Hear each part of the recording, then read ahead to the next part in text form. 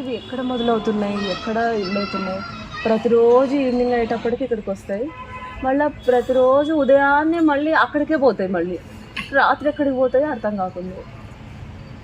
అది తెలుసుకోవాలి, వీళ్ళు ఎక్కడికి పోతారు, ఎక్కడికి వస్తారు అని.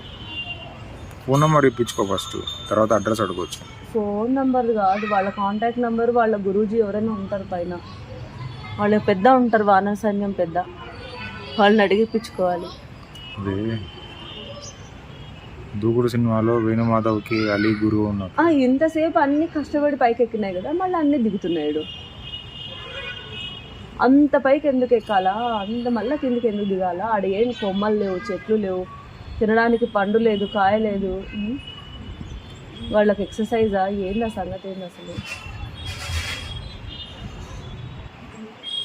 వాళ్ళు ఏమన్నా మనుషులా ఇంట్లో టీవీ చూసుకుంటూ తినుకుంటూ కూర్చోడానికి?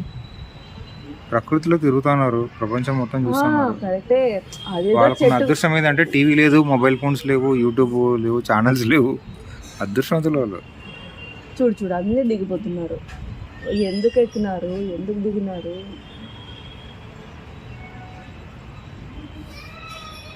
మనం కూడా ఇప్పుడు ఆ నేచర్ని ఎంజాయ్ చేయాలనే కదా టీవీ మొబైల్ అన్ని పక్కన పెట్టేయడం వచ్చింది.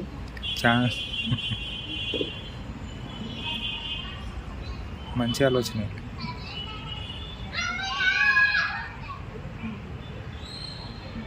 ఇది ఇప్పుడు దిగుతాయా, అక్కడే ఉంటాయా?